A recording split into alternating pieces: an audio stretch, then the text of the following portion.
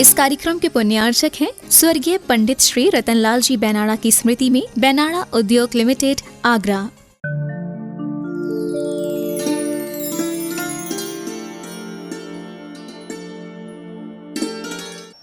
आचार्य भगवान गुरुदेव विद्यासागर महाराज श्री का क्या है, जन्मदिन नहीं मनाते अपन। उनका जन्म तो 30 जून 1968 को हुआ था। किनका? मुनि विद्यासागर जी का। बालक विद्याधर का जन्म तिथि के अनुसार शरद पूर्णिमा को हुआ था 1946। डेट के अनुसार 10 अक्टूबर 1946 को। जन्म तो सबका होता है। आप लोगों का भी हुआ है। उनके जन्म और आपके जन्म और अपने जन्म में क्या अंतर है? और जिसका जन्म होता है उसका मरण भी होता है। जातस्य मृत्युर्ध्रुवम ध्रुवम जन्म मृतस्य च। एक गीता में एक श्लोक आता है, जो पैदा होता है उसकी मृत्यु अवश्यम भावी है, निश्चित है। और जिसका मरण होता है पुनः उसका जन्म होता है। लेकिन कुछ एक्सेप्शन होते हैं, और वो उन एक्सेप्शनों में प्रभु आते हैं, अरिहंत परमेष्टि आते हैं। उनका फिर संसार में पुनः जन्म नहीं होता है जब वह सिद्ध हो जाते हैं।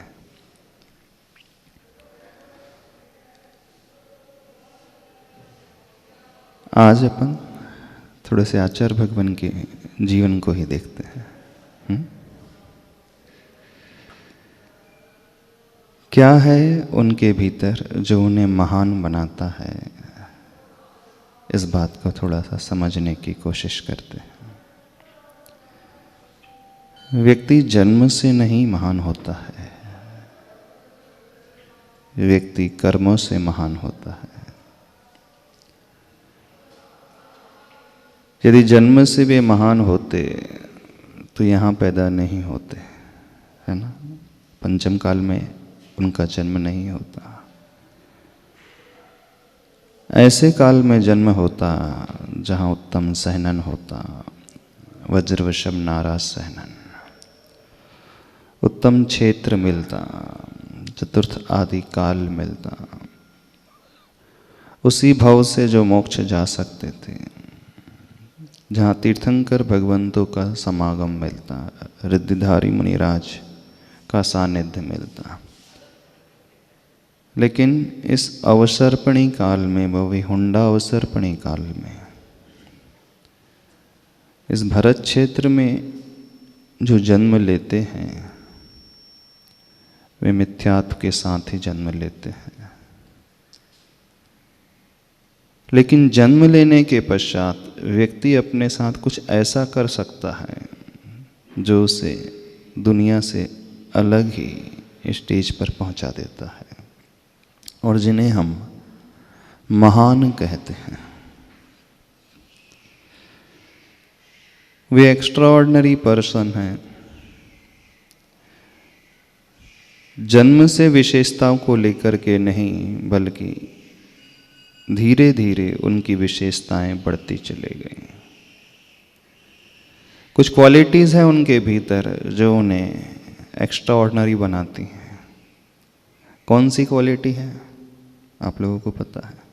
सोच सकते हो क्यों उन्हें दुनिया भगवान के रूप में मानती, और वो कैसे इस स्टेज पर पहुंच गए? हमारे लिए मंजिल महत्वपूर्ण नहीं होती है, रास्ता महत्वपूर्ण होता है। जिस रास्ते पे चल कर के व्यक्ति अचीवमेंट करता है, अपने गोल को पाता है। दुनिया के साथ प्रॉब्लम यह है कि हम अचीवमेंट से प्रभावित हो जाते हैं। व्यक्ति की उपलब्धियों को देख कर के हम आकर्षित हो जाते हैं, लेकिन उसके रास्ते से हम प्रभावित नहीं होते हैं। आप लोगों ने भी अपने जीवन में कुछ लक्ष्य बनाया है, गोल बनाया है, टारगेट बनाया है नहीं बनाया? आप लोगों की लाइफ में भी कुछ रोल मॉडल्स होंगे, हैं? नहीं है रोल मॉडल्स? कि कोई भी रोल मॉडल नहीं है आपके जीवन में? क्यों रोल मॉडल नहीं हो? चलो, आचार्य भगवान क्यों रोल मॉडल हैं? नमोस्तु गुरुदेव। महर्षि, आपने पहले भी इसके बहुत सारे बार सेशंस लिए थे रोल मॉडल के ऊपर, बट उससे पहले भी मतलब आचार्य भगवान का अगर हम पाथ देखें, रास्ता देखें, तो वो अपने जो गोल पे थे बहुत दृढ़ संकल्प, मतलब डिटर्मिनेशन उनकी इतनी ज़्यादा थी, डेडिकेशन इतना था कि वो बिल्कुल भी भटके नहीं थे। जब वो पहली बार अपने दीक्षा उसके लिए गए थे भैया जी रूप में, जब आचार्य ज्ञान सागर महाराज जी के पास, तब भी उनका इतना ज़्यादा अपने अंदर इतना डेडिकेशन था कि पहली बार में ही उन्होंने ट्रैवलिंग का, सवारी का त्याग कर दिया था। तो इस मतलब ये काफ़ी उनका दिखाता है कि वो कितना डेडिकेटेड थे अपने उसके लिए। डेडिकेशन, हाँ, पहली क्वालिटी। एक्सेप्टेंस बहुत थी। डिटर्मिनेशन, जो सोच लिया वो करना है। अब हम कह रहे हैं वही हमारे रोल मॉडल है। हमने उनकी ज़िंदगी से क्या सीखा? जब हम उनसे कुछ सीखेंगे तो ही हम कह पाएंगे अंदर से कि सामने वाला व्यक्तित्व हमारा रोल मॉडल है। कुछ सीखता है व्यक्ति। आप लोग कुछ सीखते हो कि सिर्फ बातों का जमा खर्च करते रहते हैं? बातों का जमा खर्च जानते हो? हाँ, सिर्फ बातें ही बनाते रहते हैं व्यक्ति। यदि हम किसी को रोल मॉडल अपनी लाइफ में बनाते हैं तो उसका पर्पस यही होता है कि हमारा जीवन भी उन जैसा बने। ठीक है, अभी तो अपन इस एस्पेक्ट से नहीं देख रहे हैं, अभी हम आचार्य भगवान के एस्पेक्ट से समझने की कोशिश कर रहे हैं। पर उसका उद्देश्य भी यही है कि जीवन हमारा बेहतर बने, कल की अपेक्षा आज उसमें इम्प्रूवमेंट होना चाहिए। तो हमें व्यक्ति के पाथ से, रास्ते से प्रभावित होना चाहिए। ठीक है, मंजिल तो है ही, अचीवमेंट तो है। गलती यही होती है, हम सभी लोग उस मंजिल को देख कर के खुश होते हैं, प्रसन्न होते हैं, प्रशंसा करते हैं, अनुमोदना करते हैं, लेकिन जिस रास्ते पर वे चले उस रास्ते की कोई अनुमोदना नहीं करता, उसकी प्रशंसा कोई नहीं करता। जिन कठिनाइयों को उन्होंने झेला अपनी लाइफ में, उस ओर दृष्टि बहुत कम लोगों की जाती है। रिजल्ट देख कर के व्यक्ति तो प्रभावित हो जाता है, लेकिन उस स्टूडेंट का रिजल्ट अच्छा क्यों आया उससे यदि हम प्रभावित हो जाएं तो जीवन हमारा बदलेगा। तो पहली क्वालिटी आचार्य भगवान की डेडिकेशन, समर्पण। जिसके भीतर डेडिकेशन होता है वही व्यक्ति ऊंचा उठ पाता है। और डेडिकेशन भी ऐसा जो सब कुछ त्यागने के लिए तैयार हो जाए, अपना सर्वस्व छोड़ने के लिए तैयार हो जाए। यह भी न सोचे कि भविष्य में क्या होगा, कैसे होगा, होगा भी कि नहीं। कोई डाउट भीतर जब नहीं होता है, संदेह से जब रहित अवस्था व्यक्ति की होती है, तो वह उस डेडिकेशन को लेकर के आता है। जन्म से अपन उनकी यात्रा यदि देखने की कोशिश करें, जब उनका जन्म हुआ, घर में वे रहे, यंग एज में वो कैसे रहते थे? पढ़ी है हिस्ट्री? जानते हो उनके बारे में? ऐसा नहीं कि बहुत लेटर स्टेज में जाकर के उनके भीतर ये सारी क्वालिटीज़ आई। कुछ क्वालिटीज़ जब वे घर में थे तभी ही थी। भले ही वो बड़े नहीं थे, सेकंड नंबर के थे, द्वितीय नंबर के संतान थे, फिर भी वे अद्वितीय थे। एक सबसे बड़ी और क्वालिटी, पूर्ण विनय का भाव, अपने बड़ों के प्रति रिस्पेक्ट का भाव, एक श्रद्धा का भाव भीतर से गुरु के प्रति, प्रभु के प्रति, शास्त्र के प्रति। यंग एज से ही वे स्वाध्याय आदि करते थे। यंग एज लर्निंग फेज माना जाता है ना।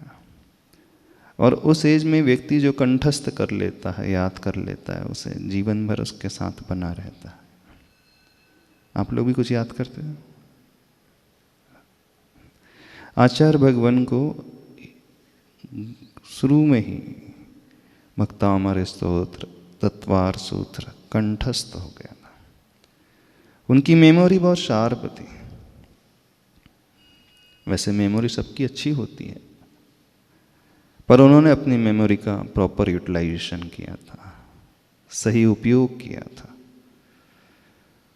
और जब व्यक्ति अपनी बुद्धि का उपयोग सही दिशा में करने लगता है, वहीं से उसका विकास होने लगता है। बाल्यावस्था में ही उन्होंने सब कुछ धर्म की शिक्षा को पा लिया था। गुरु की वो सेवा भी बहुत करते थे, वैयावृत्ति भी बहुत करते थे। यदि हम चाहते हैं हमारे भीतर क्वालिटीज आए, गुण आए, तो गुण तब आते हैं जब हम सेवा का भाव, विनय का भाव अपने भीतर लेकर के आते हैं। जो व्यक्ति जितना विनयशील होगा, पोलाइट होगा, वह उतना ही अपने आप पाता चला जाएगा। अहंकारी व्यक्ति कभी कुछ नहीं अपने भीतर प्राप्त करता है। यदि हम चाहते हैं कि हमारे भीतर किसी भी फील्ड में, किसी भी क्षेत्र में कुछ आना चाहिए, गुण बढ़ना चाहिए, क्योंकि इनिशियल स्टेज में जो बच्चे होते हैं उनका एक ही मोटिव होता है, पहले ज्ञान को पढ़ना, ज्ञान बढ़ना चाहिए, लर्न होना चाहिए, याद होना चाहिए, यही होता है ना? नहीं होता। तो जो व्यक्ति शुरू से शास्त्र के प्रति, पुस्तक के प्रति विनयशील होता है एकदम, वो बहुत कुछ बिना पढ़े भी उस कैपेबिलिटी को डेवलप कर देता है जो उसके भीतर होती है। देखना, आचार्य भगवान का एक संस्मरण सुनाते हैं। जब आचार्य भगवान पपोरा जी क्षेत्र में थे, वहाँ पे 24 जिनालय है, 105 मंदिर है। आचार्य भगवान तो अपने रूम में रहते थे। जिस रूम से बाहर निकल कर के वंदना आदि करने जाते थे, तो अन्य मुनि महाराज भी अपने पाटे पर रहते थे और उनकी पाटे पे शास्त्र आदि भी रखे रहते थे, रहल में पुस्तक आदि रखी रहती थी। आचार्य भगवान जब भी उन शास्त्रों के निकट से निकलते थे, तो बाकायदा पिछी उठा करके अपनी गर्दन झुका करके नमस्कार करते थे। जितने भी शास्त्र उन्हें मिलते थे, देखना, वो भीतर से उन जिनवाणी के प्रति वो बहुमान का भाव, विनय का भाव। अब देखना, वो शास्त्र अन्य मुनिराज के टेबल पे रखे हैं, लेकिन रास्ते से जा रहे हैं तो बाकायदा उनकी गर्दन झुक जाती, पिछी उठ जाती, आंखें नम हो जाती। इसे देख करके लगता है कि उनके भीतर जो ज्ञान आया बहुत कम समय में, अपने गुरु के पास रह करके उन्हें ज़्यादा समय नहीं मिला पढ़ने के लिए। 68 में उनकी दीक्षा हो गई थी, 67 में वे आए थे। और 73 में आचार्य ज्ञान सागर महाराज जी की संलेखना समाधि हो गई थी। मात्र 4 से 5 साल, और वह भी अंत के 2 साल तो वैयावृत्ति में ही निकल गए। यदि नेट टाइम यदि मिला हो सीखने का, लर्निंग होने का, मात्र 3 साल यदि हम समझ लें तो ज़्यादा नहीं होगा। और वह भी उस कंडीशन में जब उन्हें हिंदी नहीं आती थी, क्योंकि वे कन्नड़ भाषी थे, कर्नाटक प्रांत से थे। उनकी मीडियम कन्नड़ और मराठी मीडियम में स्टडी उन्होंने की थी, तो उन्हें हिंदी ही नहीं आती थी। अब जिससे लैंग्वेज ही नहीं आती है जिससे कम्युनिकेट किया जाए, शास्त्र को पढ़ा जाए, सबसे बड़ा हर्डल तो वही होता है, सबसे बड़ा रोड ब्लॉक तो वही होता है। किसी बात को समझने के लिए पहले हमें वो भाषा तो आना चाहिए। अब वही ना आए जैसे, तो लगभग पहला साल जो निकला उनका, हम यूँ कह सकते हैं उस भाषा के ज्ञान का निकला। अब नेट यदि टाइम उन्हें मिला तो वो और कम होता गया, लगभग 2 वर्ष। अब उस 2 साल की अल्प अवधि में उन्होंने इतना ज्ञान कैसे प्राप्त कर लिया? पढ़ करके नहीं किया, समझना इस बात को। उन्होंने जो प्राप्त किया, अपनी क्षमता के विकास को, अपनी कैपेबिलिटी को बढ़ाया, और उस कैपेबिलिटी को बढ़ाने का जो रास्ता था मुख्यतः वो उनके विनय गुण से, सेवा गुण से, वैयाग्रवृत्ति के गुण से उन्होंने प्राप्त किया। तो जो व्यक्ति अंदर से इतना समर्पित होता है और विनयशील होता है, वही व्यक्ति अपने गुणों का विकास कर पाता है। जब आचार्य भगवान गृहस्थ अवस्था में थे, घर में थे, सब शास्त्रों का स्वाध्याय करते थे, तो बहुत विनय पूर्वक बैठ कर के द्रव्य शुद्धि के साथ, और भाव शुद्धि तो उनकी थी। जब ऐसी प्रवृत्ति व्यक्ति अपनाता है तो उस ऊंचाइयों को छूता है। तो यदि हम जीवन में ऊंचाइयों को छूना चाहते हैं तो वैसा डिटर्मिनेशन, वैसा डेडिकेशन और वैसा समर्पण और विनय का भाव यदि हमारे भीतर आ गया तो बहुत सारी विद्याएं, बहुत सारी कलाएं हम सीख सकते हैं बहुत इजीली। जो भी आप सीखना चाहते हैं अपने लाइफ में, जिस फील्ड में भी आप हो, तो दुनिया में डेडिकेशन होना चाहिए। किसके प्रति? जिनसे हम कुछ पाना चाहते हैं, उनके प्रति। अब जिन गुरु महाराज के पास आए थे, उनकी एज उस समय लगभग 76-77, और आचार्य भगवान जो ब्रह्मचारी अवस्था में थे, उनकी एज 21। अब इमेजिन करना, कोई 20-21 साल का युवा और गुरु किसे बना रहा है? वो जो लगभग 80 इयर्स का है। अब जो उम्र के उस पड़ाव में है, तो सीधा सा मतलब है कि भविष्य में ज़्यादा सानिध्य तो मिलेगा नहीं, लेकिन आते ही उन्होंने अपने गुरुदेव के समक्ष एक संकल्प ग्रहण कर लिया। क्या? हम जीवन भर वाहन का प्रयोग नहीं करेंगे, सवारी का प्रयोग नहीं करेंगे।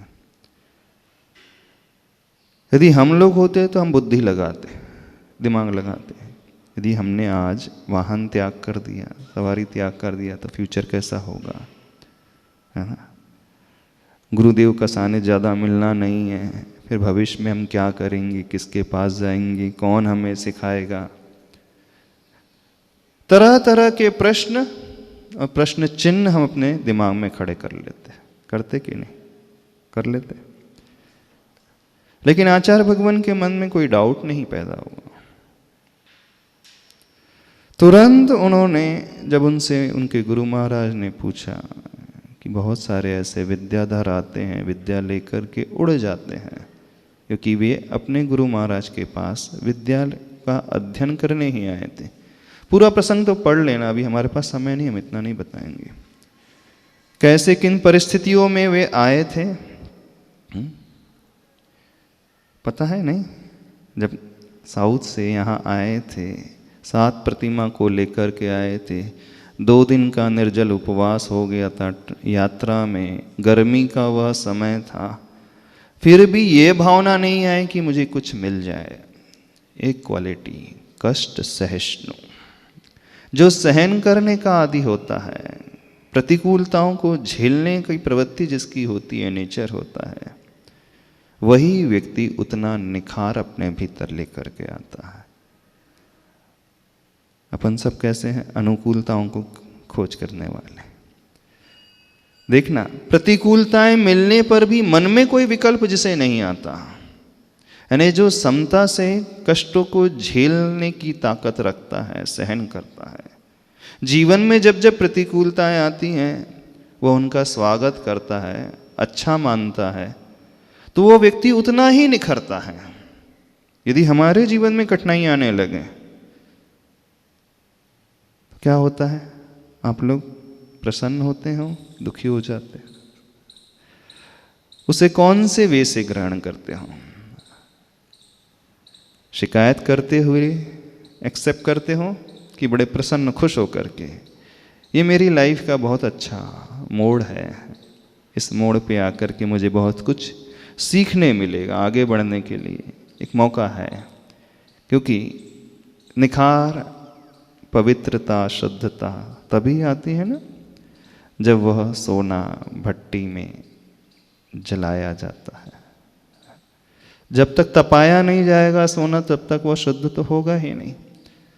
जब तक जीवन में हम तपेंगे नहीं, कष्ट को झेलेंगे नहीं, प्रतिकूलताओं का सामना करेंगे नहीं, तब तक हमारा विकास होगा नहीं।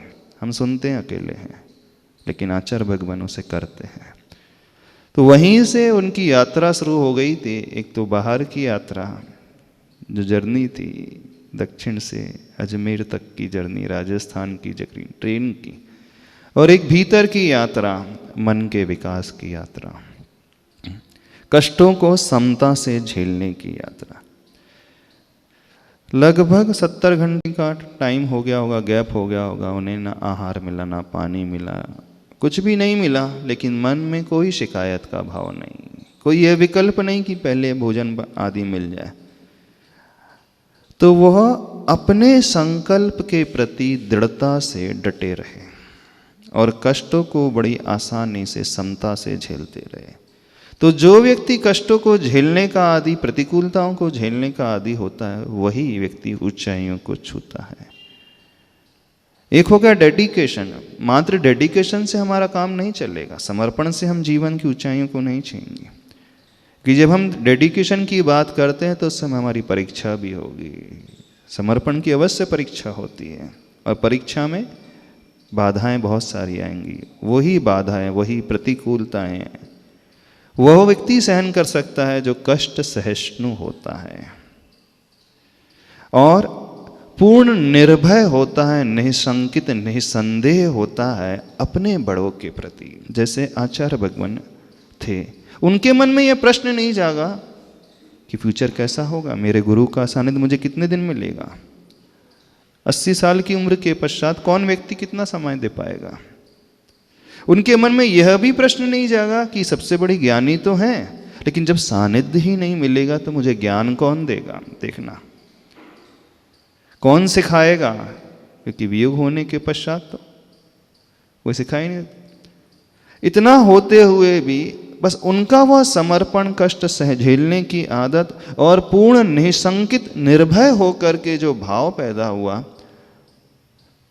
उस भाव ने उन्हें बहुत ऊंचा पहुंचा दिया। हम आचार्य भगवान को इन एंगल से देखने की कोशिश करें। भी आचार्य भगवान की उपलब्धियों को हम छोड़ दे, साइड रखते हैं। हम आचार्य भगवान को उस दृष्टिकोण से देखने की कोशिश करें जिनके माध्यम से उन्होंने ऊंचाइयों को छुआ। यदि हम कुछ पाना चाहते हैं, जब जब हमारे जीवन में प्रतिकूलताएं आती हैं, कष्ट आते हैं, हम उसे कैसे ग्रहण करते हैं।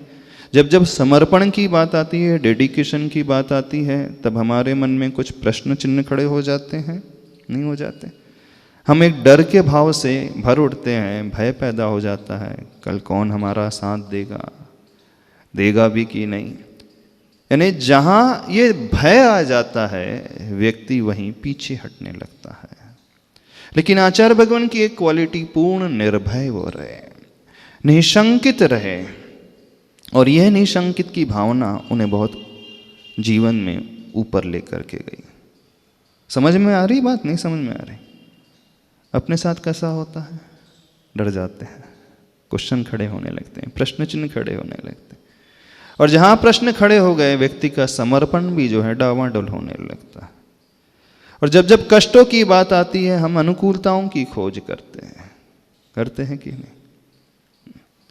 एक सबसे बड़ी क्वालिटी व्यक्ति को जो महान बनाती है, वह निरपेक्षता। कोई एक्सपेक्टेशन किसी से नहीं,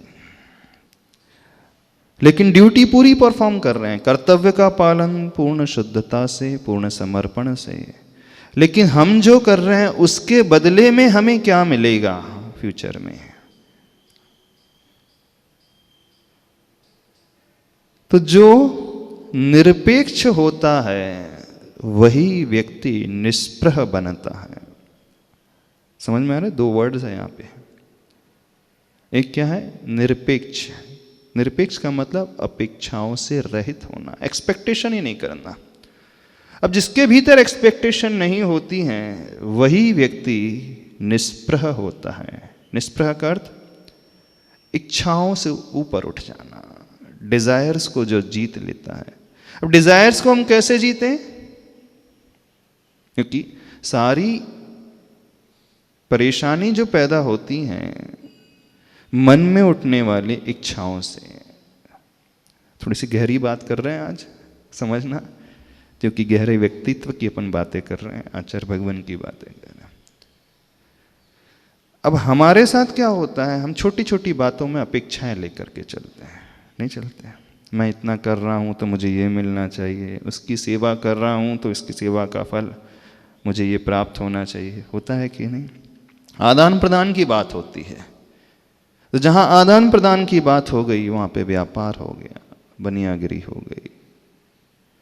और व्यापार और जीवन का विकास, आत्मिक विकास, भीतर का विकास, दोनों एक साथ नहीं चल सकते।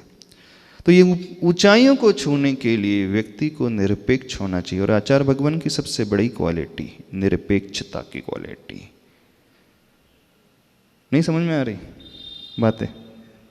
थोड़ी कठिन तो नहीं लग रही? हाई लेवल की नहीं लग रही? अब थोड़ा सा अपने साथ जोड़ते चले जाना कि हम कितनी अपेक्षाएं रख करके चलते हैं। कुछ भी थोड़ा सा किया, अच्छा सा किया, उसकी अपेक्षा हमारे भीतर पैदा हो जाती है। उसके बाद निष्प्रहता की क्वालिटी।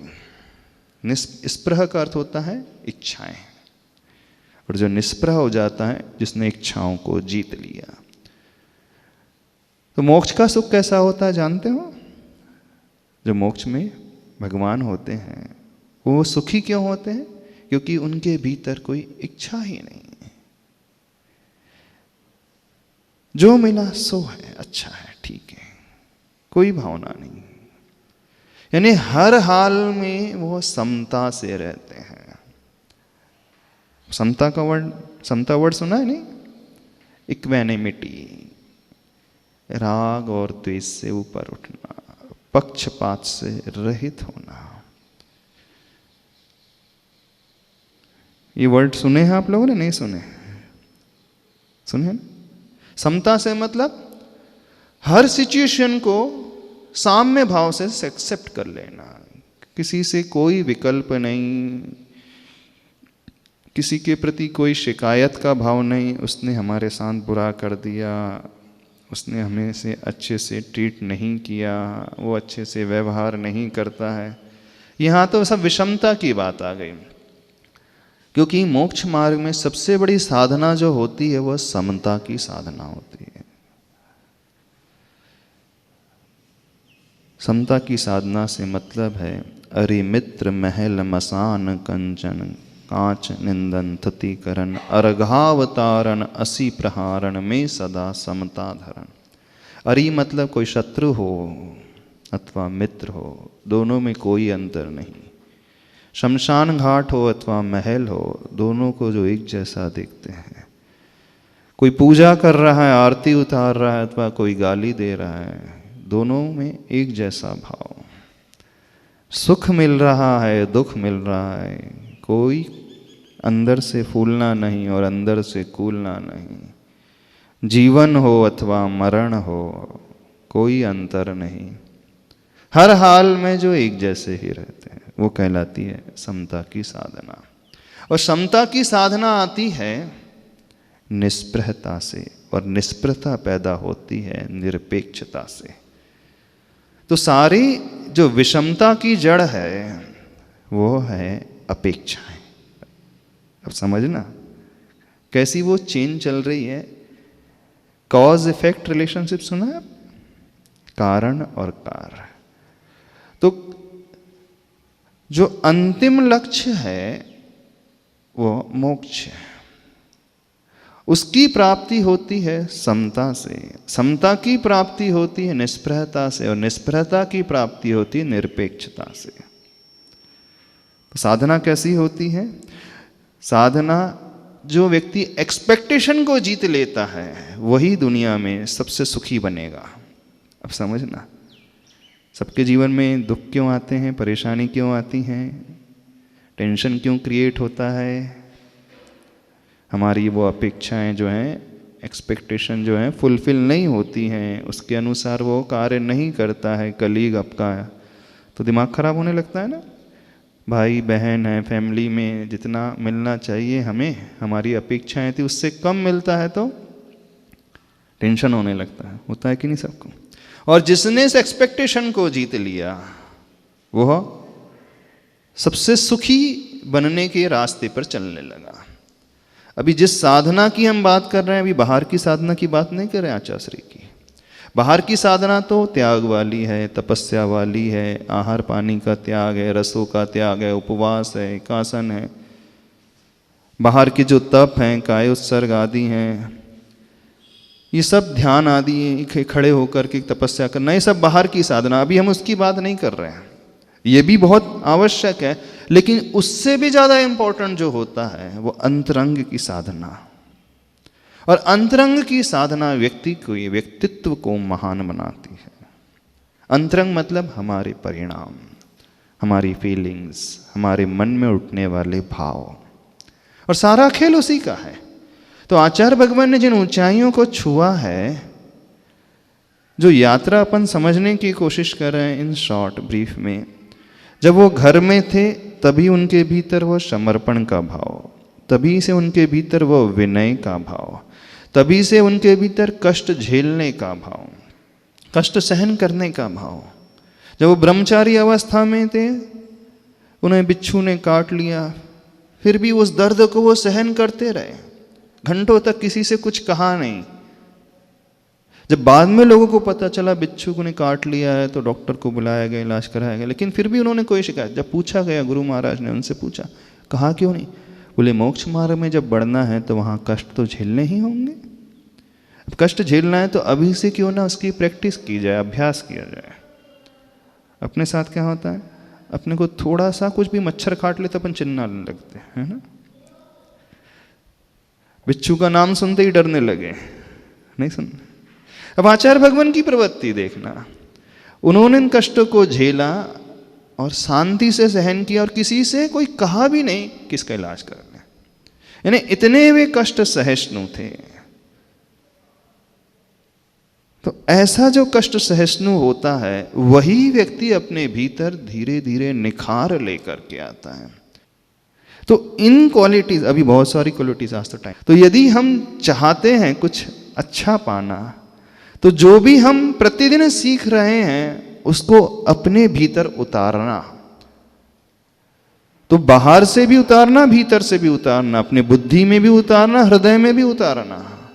तो आचार्य भगवान की विशेषता सब कुछ वो भीतर ग्रास्प करते जाते थे, और जब तक पूरा लर्न नहीं होता था तब तक वह प्रमाद नहीं करते थे, सोते नहीं थे। इन्हें दृढ़ संकल्प, सजगता के साथ क्या थी उनकी विशेषता? दृढ़ संकल्प निष्ठ, संकल्प ले लिया जब तक यह कार्य नहीं होगा तब तक कार्य को छोड़ना ही नहीं, संकल्प शक्ति। तो इन क्वालिटीज, अभी बहुत सारी क्वालिटीज, आज तो टाइम हो गया, हाँ? अभी इतने ही रखे ना, समझ में आ रही नहीं बात? तो ये जो विशेषताएं हैं, इन विशेषताओं के कारण आचार्य भगवान महान बने हैं। महान कोई ऐसे ही नहीं बनता, गॉड गिफ्ट लेकर के नहीं आता। महानता व्यक्ति के भीतर क्वालिटीज से आती हैं, और ये क्वालिटीज आती हैं इस साधना से। समझ रहे हो कि नहीं? आज इतना ही रखें, चलो। मेरे मन में तेरे मन में मेरे, सबके मन में हो, वैर न होवे पाप न होवे,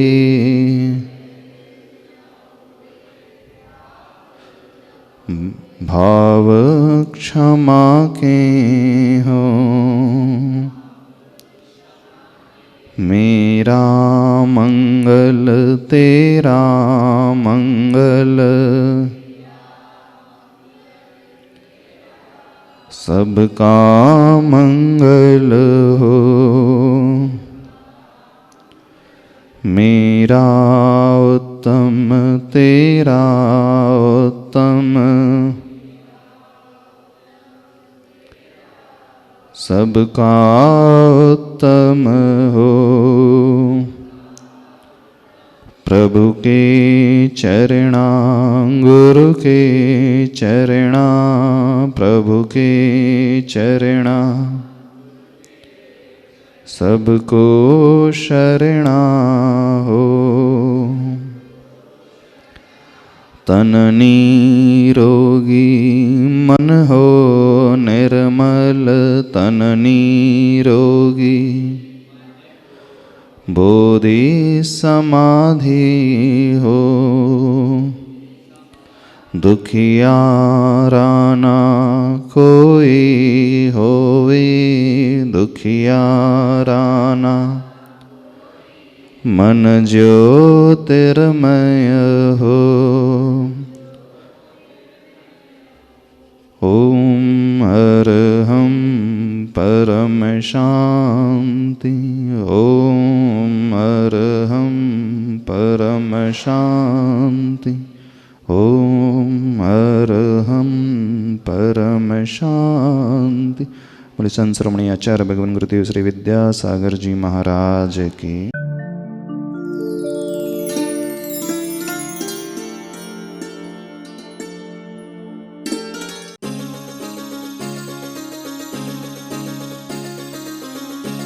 इस कार्यक्रम के पुण्यार्चक थे स्वर्गीय पंडित श्री रतनलाल जी बेनाड़ा की स्मृति में बेनाड़ा उद्योग लिमिटेड, आगरा।